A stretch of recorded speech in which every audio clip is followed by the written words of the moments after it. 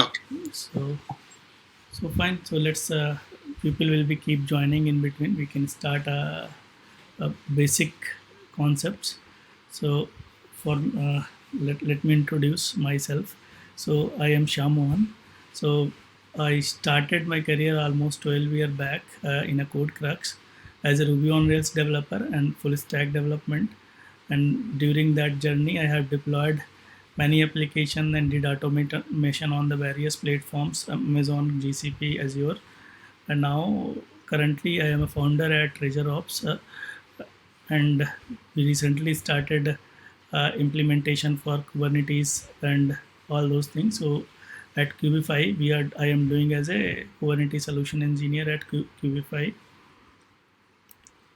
So the term what is like, so as most people are here, like they are not much familiar about DevOps process and cloud natives.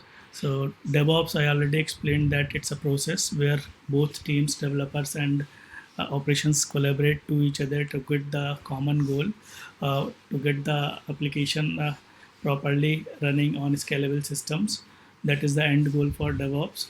And now the term came cloud native DevOps. Cloud native DevOps. So here, what is cloud? We are going to talk about what is cloud native DevOps and why it is important to us. These kind of things we want to talk. So as per the name, you can understand cloud native DevOps. So it's like mostly, so first, before talking about cloud native, we should talk cloud native technologies basically. So what is cloud native technologies? What are the cloud native tools which we use to get a cloud native DevOps? So cloud native DevOps, mostly people say, okay, cloud native DevOps. So first impression is cloud native and DevOps. So people already know what is DevOps. People already know what is cloud. And then cloud native, if we say, so it seems like a containerization application into a cloud. So this is the common understanding of people where they want to understand what is cloud native DevOps. So native DevOps is a method where you want to structure your team to get advantage of automation and scalability that cloud native technologies like containers and Kubernetes offers. So in cloud native DevOps, we have a process where we use the existing tools which cloud technologies provide us to get more better systems, basically scalable systems and fault tolerant system, automatic rollback, these kind of like features we try to achieve. So it's a process basically. So cloud native DevOps means, if we go little deeper, so cloud native DevOps is equal to cloud, we can say cloud native DevOps equal to cloud native applications plus DevOps. So first thing, what is cloud native applications? So if you want to get into cloud native DevOps, first you have to build your applications like they should be good fit into your cloud technologies. So from beginning, like as a developer, people should architect their application in such a way they can be independent. All those applications can be fault tolerant and they have like independent process while working. So how to achieve these things? So the thing is coming like, either you micro put application in a microservice architecture. So each application has a independent working, independent team, independent deployment, everything is independent. So one application is just talking to another application, but the whole story of the application from development to deployment, everything is independent. So these kind of application we should develop. So while developing applications, we should take care of few terms like resilient. So failure. So each application we should embrace like that. They should not be, there should not be failure. So failure and all those things should be managed inside the application, not on the cloud infra or other things. So application should be built like that. Application should itself regain the failure and all. So not on the DevOps basically. So basically, platform should not be like that. Application should be fail tolerant application. So designing of the application should be like, we should take care these things while designing application. Agile, allowing for fast deployment and quick iterations. So application, we should design application in agile method where we should able to deploy independent application and quickly operable, adding the control of application lifecycle from inside the application instead of relying on external process and monitoring. So same thing which I said in last line. So here we should design the application in such a way application should take care their things, not the like environment where you are deploying, not that one. Observable, so providing information and answer question about the application state means how application is performing, what are the loggings, all the logs we need to capture, and then we should do the analysis of that. So application level we should monitor. So these kind of applications called the cloud native applications. So now we can define what is cloud native DevOps. So so cloud native DevOps as a set of practice that involves continuous improvement, automation, cross-functional team, better alignment with business needs. So whole cloud native DevOps process is a where we want to align all our team members towards more automation, more cross-functional, and to get the business needs. So these principles may apply to people, tools, culture, process, not on the actual application environment. So here one more thing we need to get into. So cloud native. One second, somebody joined. I need to allow basically. So so cloud main thing in cloud native DevOps is people, process, culture, and not equal to it's there is nothing to take with the environment. Like if you say cloud native DevOps in the first line, people used to like imagine or people used to understand, okay, cloud native DevOps is equal to deploying a container application on cloud. It's not equal to that. It's equal to a basically your environment can be anything. It can be a cloud, it can be on-prem, or it can be a private cloud, anything it can be. But overall story is we want to achieve a scalable, reliable, and high available systems by constructions. Means from application start point of view to deployment, we should build the application in such a way it should achieve the cloud native approach. So DevOps, how this DevOps is coming in over years basically. So previously, like last 10, 15 years, DevOps was going on. Then cloud native DevOps terms came.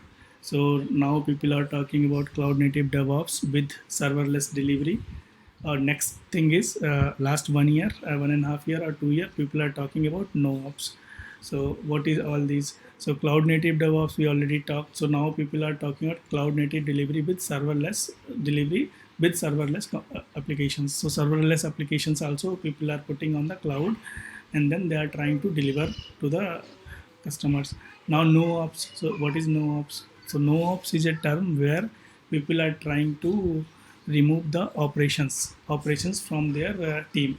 So which is looks like really hard, but most how they are achieving it, uh, they're relying on the technologies like mostly SaaS applications where it runs automatically and it's like a one-time setup you do. After that, these all those SaaS applications or self-managed application will take care of your all these things. So only your work will be developing the application because of the your environment selection of the applications during your process.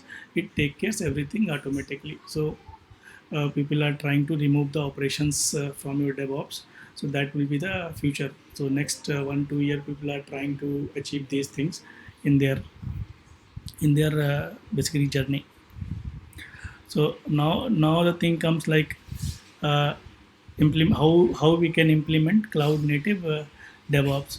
So cloud native DevOps, previously I was talking mostly on the definition side and theory side. So here what is cloud native, which we need to understand by implementing few steps like adopt microservices pattern. So we talked already, we should build the application like a cloud native application.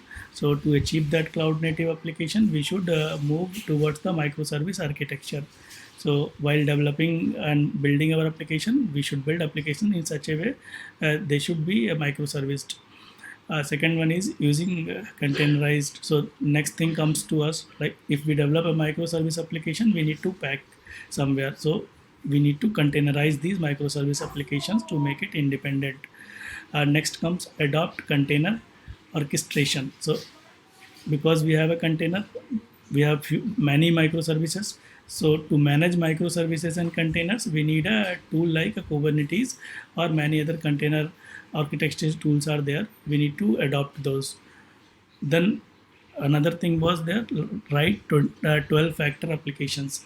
So let me show. So 12 factor applications. So while doing a application design, we should follow this kind of all these 12 factor approach while designing the application. Like as a development team or as a DevOps team, we should see like code base, dependencies, configuration, backing services, build, release, and run processes, port binding, concurrency, discoverability, depth and product parties, logs, and admin processes. These are the 12 factors which we need to adopt while designing our application and process.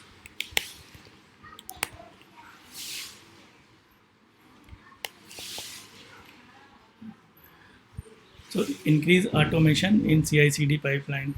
So while doing uh, adopting these basically DevOps container native or normal DevOps process, the thing comes we should be doing automation during our CI/CD pipeline. So while doing automation, we already was doing automation in the CI/CD process. Uh, Sorry guys, a little disturbance. So, so here we have to do like a little extra automation, and like as much as automation we can increase in our pipeline, that will be useful in cloud native DevOps. So exploring health checks, so exposing health checks. So these are the minimum basically options I am talking, but there are a lot it can be achieved. It can be done with the application. So exposing health check means we should be like getting a health check URLs or health check of the systems. These things we should be uh, putting in our applications. So collecting telemetry data. So last step is like we should always collect the data to get the analytics about the application, how the application or how the platform is performing. So advantage of cloud native DevOps. What is advantage? So lowering the cloud cost. So these are the 4 5 advantages, maybe more. I have just listed 4 5 advantages here. So one biggest thing is if people are trying to move cloud native DevOps, so they are like bigger application, scalable application. They started with some point. Now their business has grown, so they want to move to either cloud native DevOps or they are already managing on some different clouds with the traditional approaches. So here, if we go with the cloud native DevOps, we are getting huge cost on cloud. We can lower down that faster deployment because we have adopted the automation process. We have aligned our development team and operation teams in such a way they can work together and for the faster deployments or faster deliveries. Better control over IT resources. So here with the cloud native DevOps, because we are using Kubernetes and Docker and those things, so we will able to easily control our IT resources, achieving the true DevOps. So since we have followed all of above process, so this gives the more value out of our DevOps.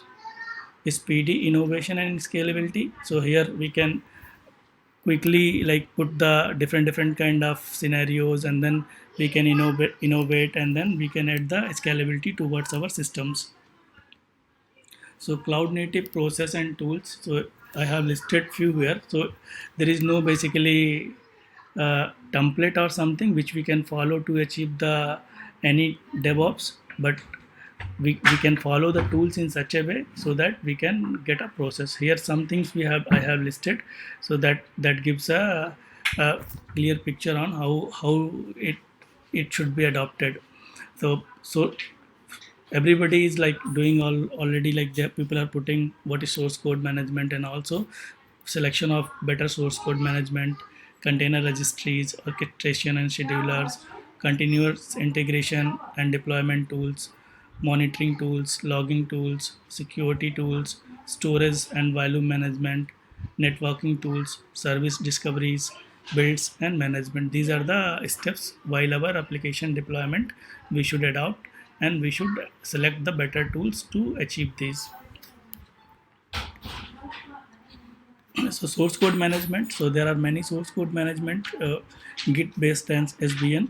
So I have listed a few popular. So github, gitlab, bitbucket, code commit from amazon, or helix core, visual studio team foundation server, mercurial, subversion, csb oldest one. So these are the few tools which you can adopt like while doing your code management. So next comes to container. Like container, these days there are a few container systems, but most popular is Docker. So people are using Docker for container systems. So now we want to put container images to somewhere. So that is called container registry. We want to keep the container images. We have to select any container registry tools. So here I have few container registry tools, few open source, few managed by some companies. You can see here Docker Hub is there most popular. Like by default, everybody, whenever people start with the Docker and containers, they go with Docker Hub, and slowly as per their need, they adopt various registry tools like Quake, GitLab, Docker Container, JFrog, or Portas. Then cloud-based are the Amazon ECR, Google Containers Registry, Azure Container Registry, IBM, DigitalOcean, Alibaba. These are the Google cloud-based registry already available on different clouds. Next comes orchestration tools and schedulers. So Kubernetes is one of the most popular tool to get select as a orchestration. Docker Swarm was there, OpenShift is there, Marathon is there, Pivotal, Cloud Foundry, Digo, Mesos Spare is there, Rancher, Nomad, HashiCorp also has a one tool called Nomad, Amazon ECR is there, Azure Container Services, Google Container Services, Nebula Container Orchestration. So here few are open source and few are managed by different cloud providers. So out of these, you can select any orchestration tool, but most popular is Kubernetes. People like picking; it's very hot in these days. So next comes continuous integration and delivery tools. Like we have as a Razor Ops, I have listed Razor Ops here. We are pure container native delivery tools, and then Jenkins was there. So they have built one more tool called Jenkins X. Jenkins X also a cloud native delivery tool, CI/CD tool. Uh, ThoughtWorks Go CD, that was also there from long time. It's open source. Circle CI is there. GitLab CI, WordPress is there, Drone is there, TeamCity, CodeShip, Maverick, Sprinkler, open source, Bamboo, Travis CI, Buddy. These are the few CI/CD systems I have listed here. So while doing your like deliveries, you can select any tool uh, which you can use for your continuous delivery and automation. So here you can write out your pipelines. Most of these tools use ML files. So in ML you can define your pipeline, and then as per your pipeline your automation runs. So this cloud native, basically cloud native tools, there is a like organization like Linux Foundation, because of popularity and getting into more people adopting the cloud native technologies, they have built a open source, basically cloud native, let me open that.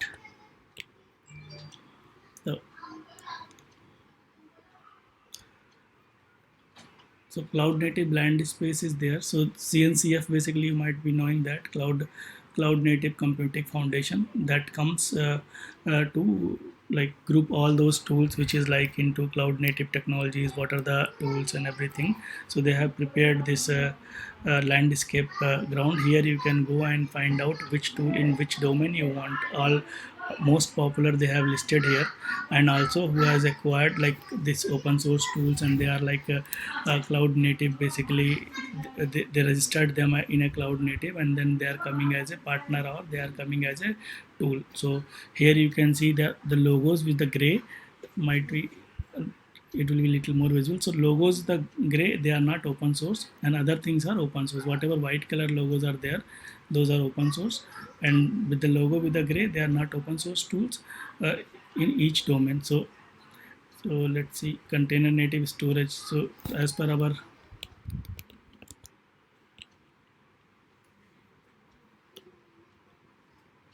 So as per our these options, so we was monitoring. So monitoring was one. So we want to go for monitoring. So monitoring in a cloud native domain, we can find out monitoring tools. What are the monitoring tools available to achieve the cloud native DevOps?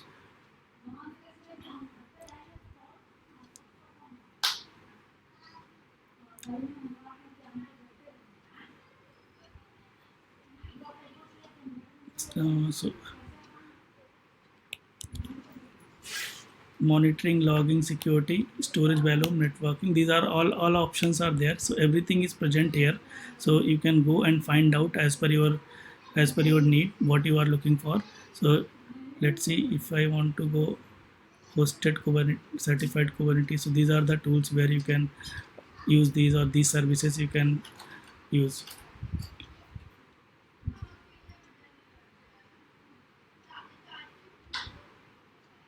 Cloud native storage. Let's see if we talk about storage.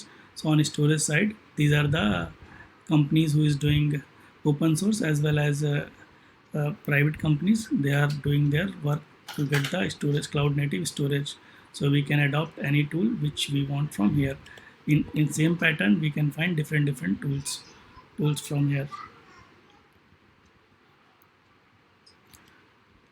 So one more uh, website I found, they are listing in a graph pattern. So where also they have connected tools in a such a way. One second.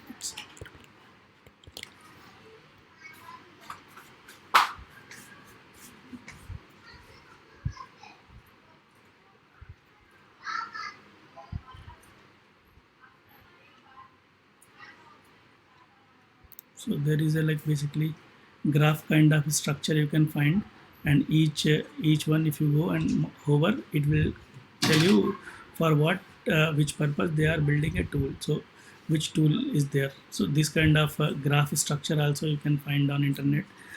Here you can see what are the tools you can use while your journey.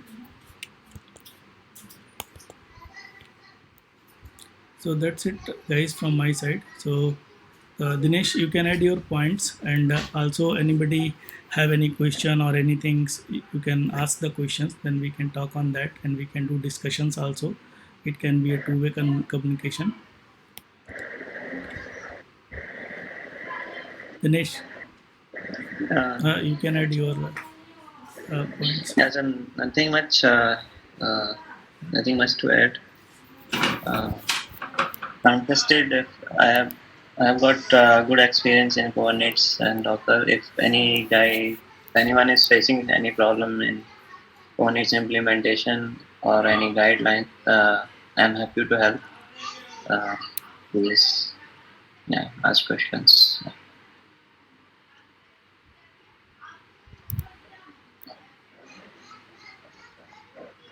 Well, I have a question that my team is kind of fresh, very new to the DevOps and everything. So they're just want to know how they can start thinking of deployments and other things. Because right now we are managing our cloud on cloud, so we don't have much exposure about deployment and any DevOps kind of thing. So I think the first thing you should do is automate it to basically achieve some kind of automation. You must be using GitLab, some kind of SCM system, code management system. So you can hook your uh, you can choose some CI system which can automatically pick the source code and deploy it to your uh, servers. If you have that kind of automation, your you won't be needing a guy who will manually test and transfer the code from your Git to your server and deploy it. So you can reduce that over there. So first thing to achieve is the automation part. Second thing to achieve is the runtime of your application. When it is running, you should collect some kind of logs, some kind of metrics, and monitoring solution in place. Then you will know what's happening in my application while it's running. It might be server metrics, your application metrics, a lot of other metrics as well. But start with the simple ones. Start grabbing the response times and logging to some tool. There are many tools. Whichever platform you are using, cloud platform you are using, like AWS, they will provide a lot of tools. You can integrate those tools within your application and get away with it. Yeah, Dinesh, just to interrupt, sorry to interrupt. Here, basically, Ram's application is already running on Heroku, so they are using like Heroku heavily. So now, if they want to adopt any DevOps process or any cloud native DevOps process, so what will be the suggestion on that? Heroku, Heroku already gives you automated deployment, as far as I know. So whenever you push to Heroku Git, it will deploy your application, and you can choose resource. You can choose platform add-ons. Heroku has a marketplace. You can choose the add-ons to for monitoring, logging, and any other things, and you will be okay to go. One thing which I feel is missing from Heroku is the testing and build a story, which is you can use any external CI tool so that your code has been tested. Whenever you want to deploy, it should be tested and should be pushed after the testing. Yeah. So that part is missing from Heroku. Other than that, I think Heroku is a good fit for smaller application, not very large, but it's good fit for good medium size applications. Yeah. So there is a one question that picking in mind of every developer, that why people are moving to container solution as we have already machines. So what is the difference between normal virtual machine and container? So container is, in a very layman term, container is also a process, isolated process, but it's just that it is less resource hungry. You can boot it up thousands of such processes in one host, so you will get the more efficiency from your hardware. Rather than in a VM, the boot time will be large, resource will be scarce there, and you won't be getting as much efficiency from your platform as you can get in containers. You almost get the same isolation experience as you are getting in VM, though containers are less secure. But you can get more out of your hardware. It is fast to spin a new process, and it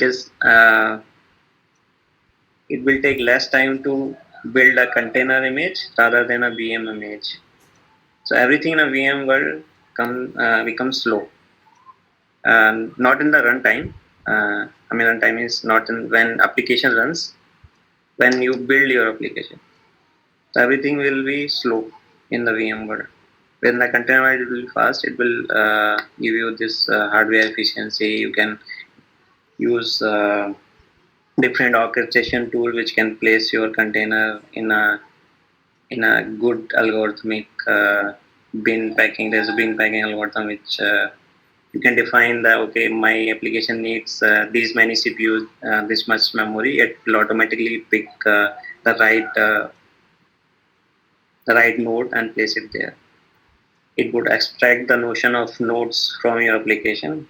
What you see from a high level is a cluster of machines, and your application go anywhere in that machine and will be restarted and issued whenever it crashes out there.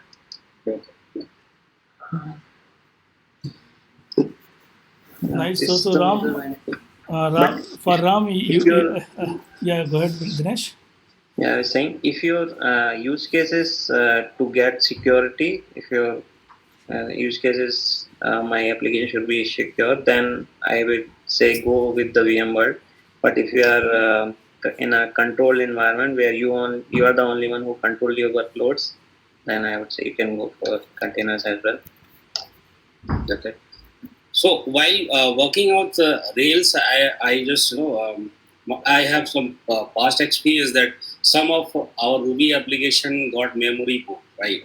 So in this one, we have to just try out auto scaling in our production environment. So it increases cost a lot.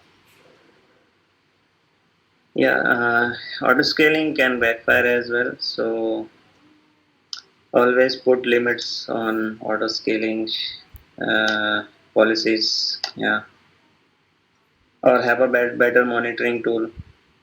Like you might be having like if the application memory exceeds from this amount, then auto scale uh, something like that in a something like that rule, right? So I just want to know one more thing, that what will be the best practice for monitoring any Rails application deployed on any cloud, that will be a EC2, DigitalOcean, anywhere. So what will be the tools for or best practice to monitor that application? Means I'm talking about in terms of services like Puma, Sidekick, any other services that I've installed in the application. That is, I want to ensure 100% uptime for these services. Hmm. So you can use this. There's a good tool called New Relic. It gives you a lot of flexibility to monitor different kind of softwares. It can monitor your databases, your key storage, even applications also.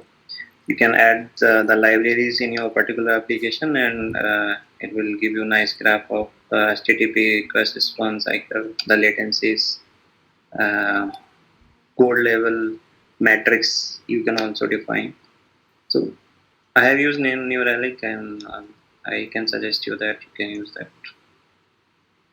Okay. But generally, I say for services like Redis or databases, don't use containers as they are not fully optimized for container world yet. Mhm. Uh, so use external managed services like RDS or Elastic Cache for storage services.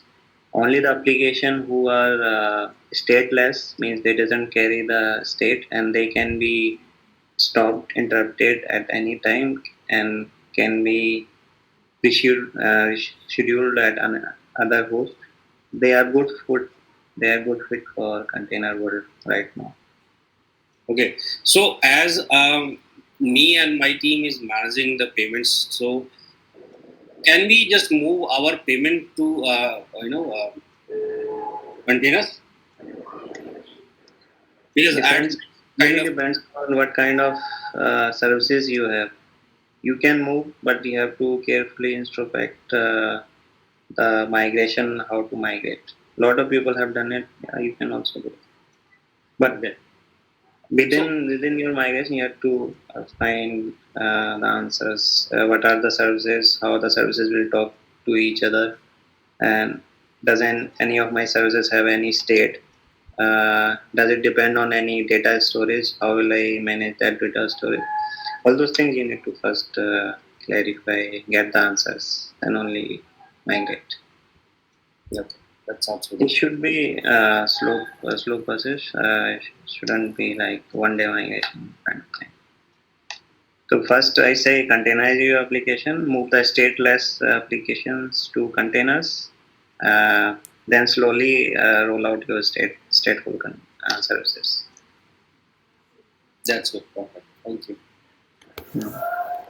So Ram, for you, my suggestions will be on how your team can adopt DevOps, or what kind of move you can do as you are using Haruko.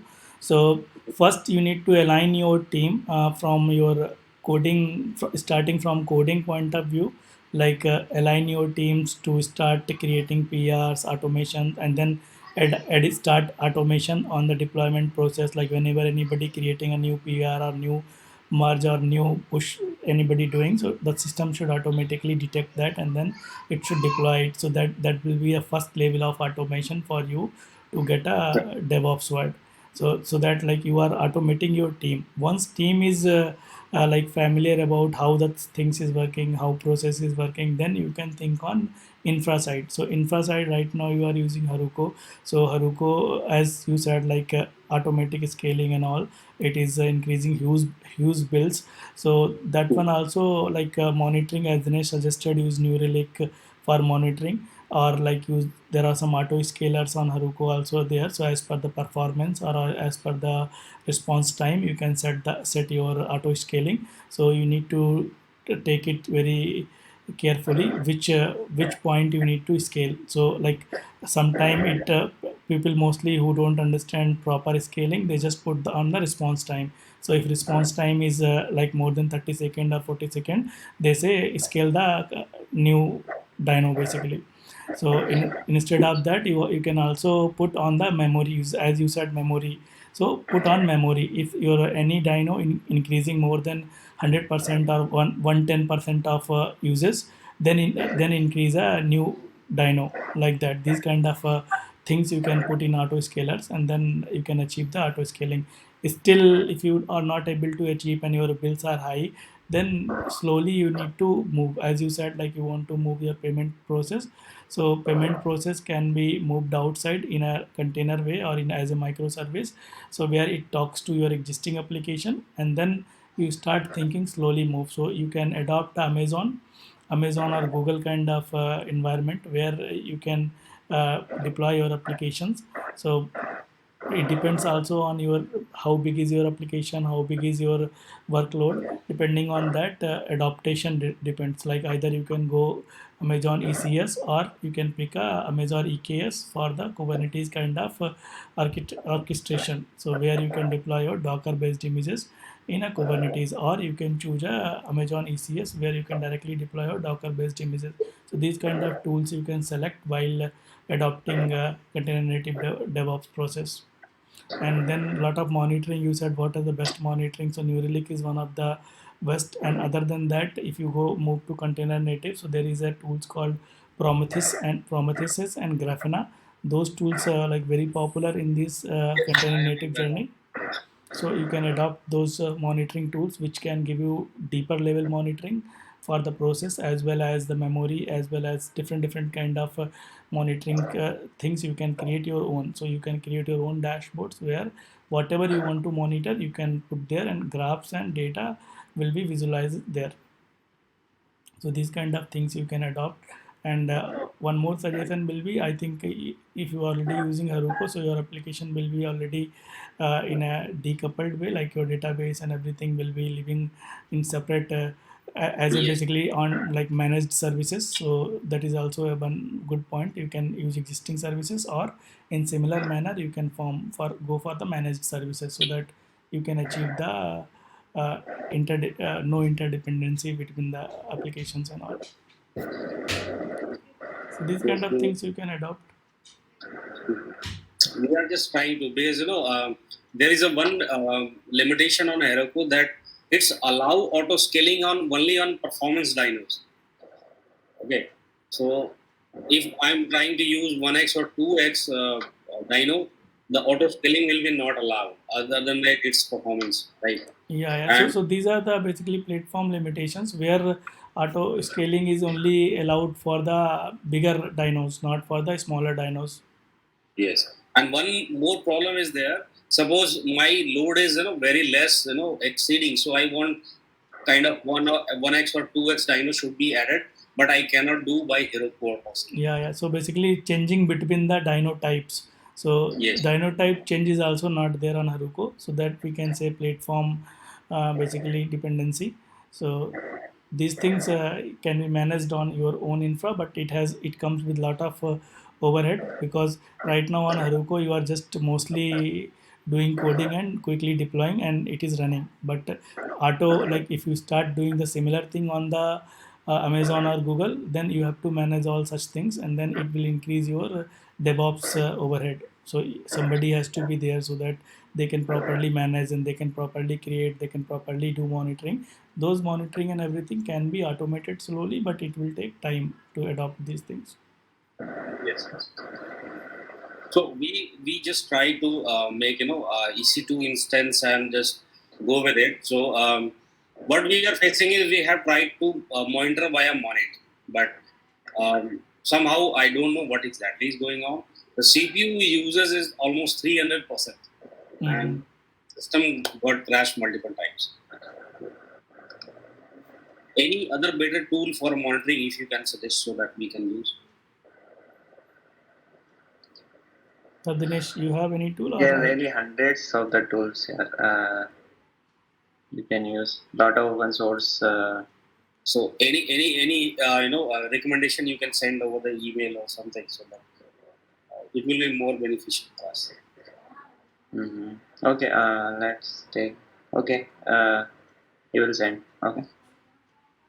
But one thing to notice, Heroku as a platform is little costly platform. So you will be getting charged for almost double that you will be charged in other cloud platforms. Yes, well, it's a kind of management decision, but they right now on Heroku we don't have to care about any kind of DevOps, right? So 100% uptime is there. So there are some other companies also who are doing the same Heroku, almost same as what Heroku is doing.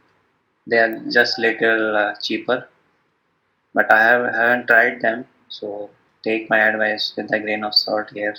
So one more thing that I want to ask that Razor Ops is doing kind of CI/CD plus deployment stuff, or it's providing kind of Heroku services as well. Means the hosting services.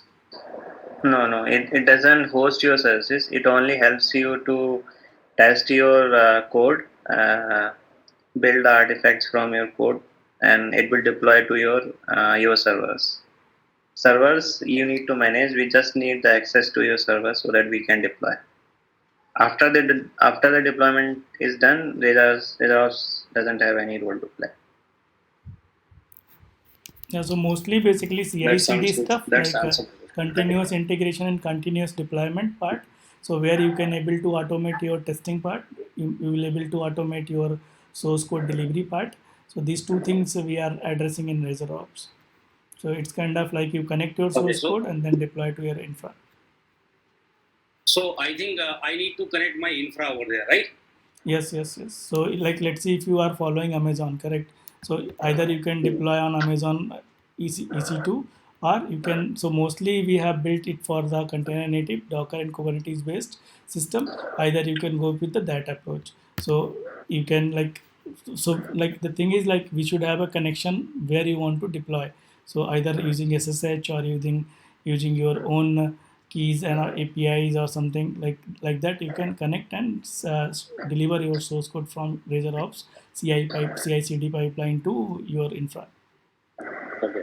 So do Razor Ops work in private cloud as well, or only for the managed services? Right now, it's a hosted service. We are working on to host it in the private cloud right now, but it doesn't support us. No. So the question is different basically, Dinesh. So is it support private cloud deployment, correct? Yes, correct. So yeah, you can achieve the private cloud. So whenever like let's see if you are able to SSH to your any cloud or any place, similar pattern you can SSH from Razor Ops to your cloud.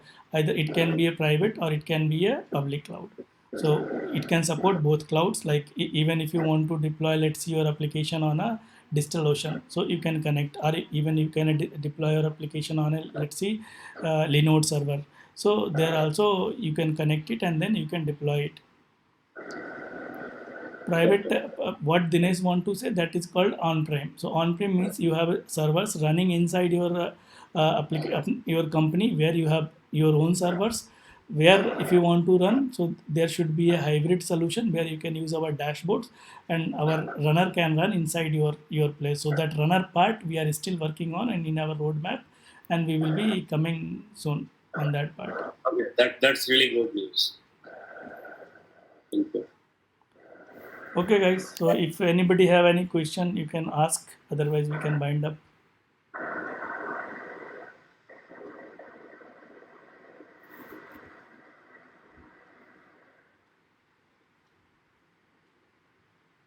Hello. Yes, yeah, Yeah, no question from my side. Okay, guys. Nice. Thanks for joining, everybody. and it was great talking to each other and understanding, listening about your introductions. That was nice part.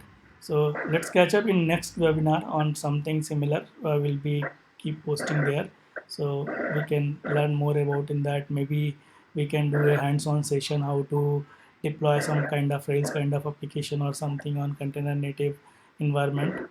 So those kind of things we can pick, and I will be putting there and informing all those guys. So we can do a next webinar on that kind of things.